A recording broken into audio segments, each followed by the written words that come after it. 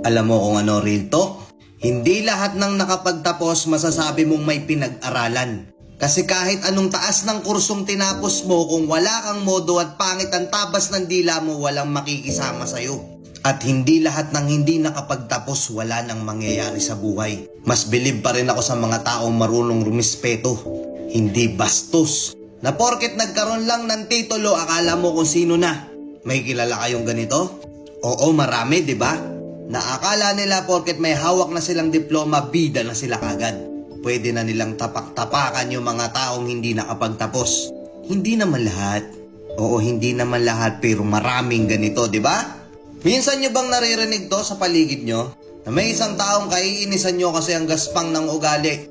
Tapos gagamitin yung mga linyahan na naturingang may pinag-aralan pero walang modo. Gamit na gamit yung linyang yun, di ba?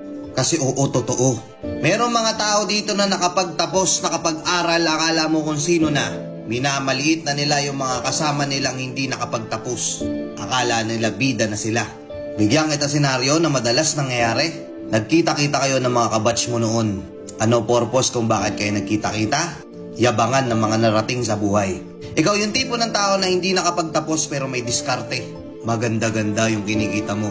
Pero hindi mo yun sinasabi sa iba kasi ayaw mong magmukhang mayabang sa ibang tao. Alam mo yung hirap ng buhay dahil mas maaga mong naranasan yung pagsubok. Pinagkaitan ka. Pero mas pinili mong magpakumbaba at maging makatao. Nagkita-kita kayo ng mga kabatch mo noon. Sila nakatapos na. Yung iba sasabihin, oh, ano na nangyari sa'yo? Di ka nakapagtapos. Tignan mo ko ngayon, manager na.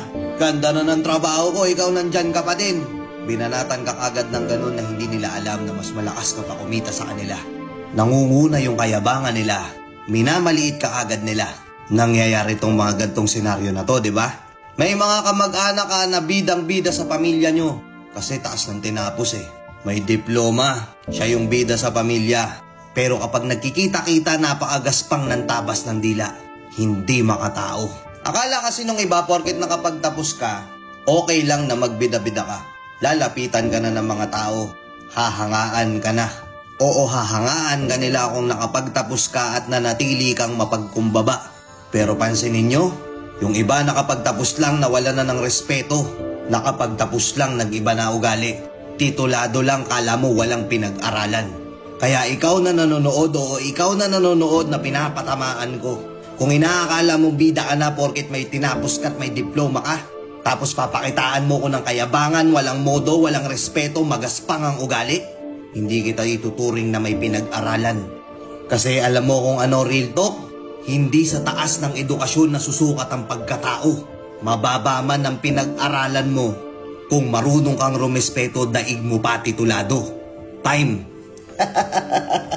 Nagets mo yung video ko? Kung nagustuhan mo yung video ko, follow mo na lang ako ha. Kuya Marvin TV. Let's go and peace out.